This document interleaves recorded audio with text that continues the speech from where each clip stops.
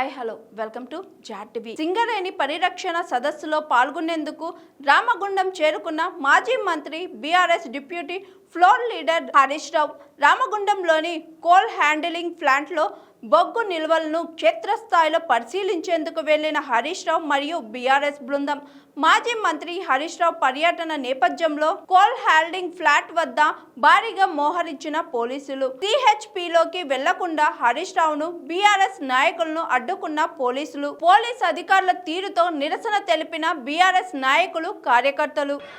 జై తెలంగాణ, జై తెలంగాణ. కేసీఆర్ గారి నాయకత్వం, కేసీఆర్ గారి నాయకత్వం. कांग्रेस को हटाओ, सिंगरेणी को बचाओ.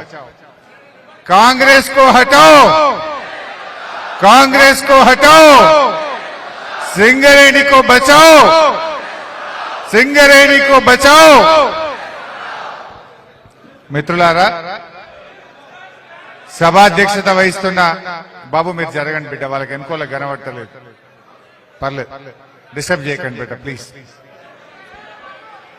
సభాధ్యక్షత వహిస్తున్న గౌరవనీయులు ప్లీజ్ ఉండంతే రాదు, నేను పొడుగే ఉన్నా కనబడతా కూసో. సభాధ్యక్షత వహిస్తున్న గౌరవనీయులు రాజిరెడ్డి గారు, పెద్దలు ఆత్మీయులు, సింగరేణి ముద్దుబిడ్డ మాజీ మంత్రివర్యులు కొప్పుల ఈశ్వరన్న గారు, మన కరీంనగర్ శాసనసభ్యులు మాజీ మంత్రివర్యులు పెద్దలు మిత్రులు గంగుల కమలాకర్ గారికి, గౌరవ యువ శాసనసభ్యుడు కౌశిక్ రెడ్డి గారికి, గౌరవనీయులు పుట్ట మధు గారికి, గౌరవనీయులు మాజీ శాసనసభ్యులు దివాకర్ రావు గారికి, తమ్ముడు రాకేష్ గారికి, ఎర్రోల శ్రీనివాస్ గారికి, ఈ కార్యక్రమంలో పాల్గొంటున్నటువంటి రామ్మూర్తి గారు, అదేవిధంగా కొమరయ్య గారు, కృష్ణ గారు, దామోదర్ గారు, మురళీధర్ రావు గారు, ఇంకా చాలా మంది ఉన్నారు, తప్పు పట్టుకోవద్దు. వేదిక మీద ఉన్న యూనియన్ ప్రతినిధులకు, మా తమ్ముడు మాజీ శాసనసభ్యుడు క్షమించాలి కోరుకంటి చందర్ గారు, వేదిక మీద ఉన్న పెద్దలు, కార్మిక సోదరులారా, మీడియా మిత్రులారా, ఈ సమావేశం నిజంగా ఏదో రాజకీయాలకు సంబంధించింది కాదు. సరే, రాజకీయాలు చేయడానికి చాలా వేదికలు ఉన్నాయి. సింగరేణి అనేది దక్షిణ భారతదేశంలో ఏ రాష్ట్రానికి కూడా లేనటువంటి ఒకే ఒక్క సంస్థ, అది మన తెలంగాణకు మాత్రమే సొంతం.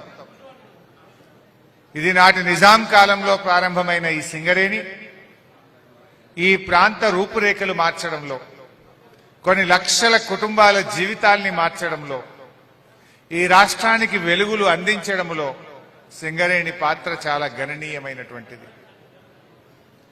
ఇవాళ ఈ కాంగ్రెస్ పాలనలో ఆ సింగరేణిని ప్రైవేట్ పరం చేసే కుట్రలు జరుగుతూ ఉన్నాయి. ఆ సింగరేణి ఈ కాంగ్రెస్ పాపాల పుణ్యమాని, కాంగ్రెస్ చేస్తున్న కుంభకోణాల పుణ్యమాని అది కుప్పకూలే ప్రమాదం ఏర్పడతా ఉంది. సింగరేణి అంటే కేసీఆర్ గారికి ఎంతో ప్రేమ. సింగరేణి అంటే ఏందో నాకు గాని ఉద్యమంలో పాల్గొన్న కొప్పులీశ్వర్ లాంటి వారికి, చందర్ లాంటి వారికి అందరికీ మాకు బాగా తెలుసు. సకల జనుల సమ్మెలో ఆర్టీసీ బస్కపయ్యా నై చెలేగా అని ఆర్టీసీ కార్మికులు సమ్మెకి దిగినరు. బొగ్గు ముక్క ఎత్తేదే లేదని మా సింగరేణి కార్మికులు మొత్తం బొగ్గు ఉత్పత్తినే నిలిపివేస్తే ఢిల్లీలో ప్రధానమంత్రి చెప్పిండు మన్మోహన్ సింగ్, సింగరేణి బొగ్గు ఉత్పత్తి ఆగిపోయింది, రేపు కరెంట్ ఆగిపోయే ప్రమాదం ఉన్నది. ఎందుకంటే మన బొగ్గు అటు మహారాష్ట్రకు, ఇటు కర్ణాటకకు, ఇటు తెలంగాణకు, వివిధ రాష్ట్రాలకు, ఆంధ్రప్రదేశ్కు బొగ్గు సప్లై చేస్తాం. సకల జనుల సమ్మెలో మా కార్మికులు చేసిన పోరాటం దేశ ప్రధానిని కూడా కదిలించిన గొప్ప పోరాటం చేసినటువంటి కార్మికులు సంస్థ సింగరేణి. అంటే తెలంగాణ ఉద్యమంలో మీ పాత్ర చాలా గొప్పది.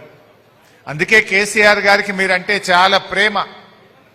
అందుకే ఆయన గారు నాటి ముఖ్యమంత్రి చంద్రబాబు నాయుడు గారు ఆయన గోల్డెన్ షేక్ హ్యాండ్ పెట్టి వేల మందిని ఉద్యోగాల నుంచి తొలగించిండు, డిపెండెంట్ ఉద్యోగాలను రద్దు చేసిండు. తర్వాత వచ్చిన కాంగ్రెస్ 10 ఏళ్లు పాలించిన డిపెండెంట్ ఉద్యోగాలను పునరుద్ధరించలేదు. కానీ కేసీఆర్ గారు ఇవాళ అసలు సింగరేణిలో సగం మంది కేసీఆర్ గారు ఇచ్చిన డిపెండెంట్ ఉద్యోగులే ఉన్నారు. ఇవాళ 19,000 డిపెండెంట్ ఉద్యోగాలు ఇచ్చారు. ఇలా 38,000 మంది పనిచేస్తే సగానికి సగం కేసీఆర్ గారు ఇచ్చిన డిపెండెంట్ ఉద్యోగులే ఉన్నారు ఈరోజు. మరి కేసీఆర్ గారే ఇవ్వకపోతే ఇలా అంతా 19,000 ఉందరు.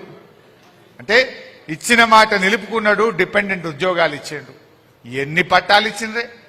ఇండ్ల స్థలాలను రెగ్యులరైజ్ చేసి మీ అందరికి కూడా ఆ భూముల మీద మీ ఇండ్ల మీద మీకు సర్వమైన హక్కులు కల్పించింది కూడా కేసీఆర్ గారు. అట్లా చెప్తే చాలా ఉన్నాయి. సరే, దురదృష్టవశాత్తు మన ప్రభుత్వం పోయింది, కాంగ్రెస్ వచ్చింది. ఎవరైనా మన డిపెండెంట్ ఉద్యోగాలు తొలగించిన ఆ బాబు బంటే ఇప్పుడు ముఖ్యమంత్రి. ఆయన బంటుయిన. అందుకే మళ్ళీ hi, this is Swathi. Like చేయండి, షేర్ చేయండి, కమెంట్ చేయండి అండ్ సబ్స్క్రైబ్ చేయండి GR TV.